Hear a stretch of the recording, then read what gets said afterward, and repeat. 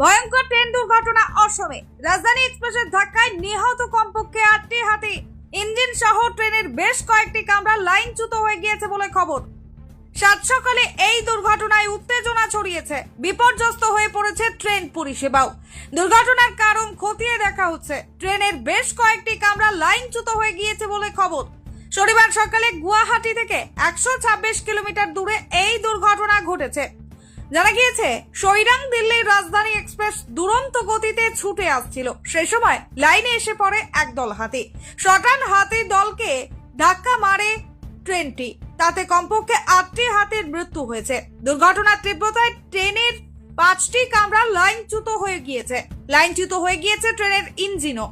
এই ঘটনায় ইতিমধ্যে রিলিফ ট্রেন পাঠানো হয়েছে বলে রেল সূত্রে খবর। রেলের কর্মী আধিকারিকরাও পৌঁছেছেন ঘটনাস্থলে। শুরু হয়েছে উদ্ধার কার্য। রেল লাইনে এখনো হাতিদের দেহাংশ ছড়িয়ে ছিটিয়ে পড়ে রয়েছে বলে খবর।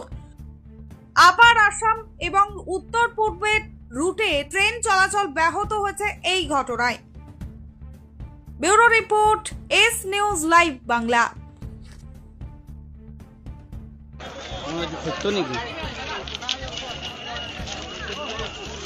उसका भी चूल लेके जाओ।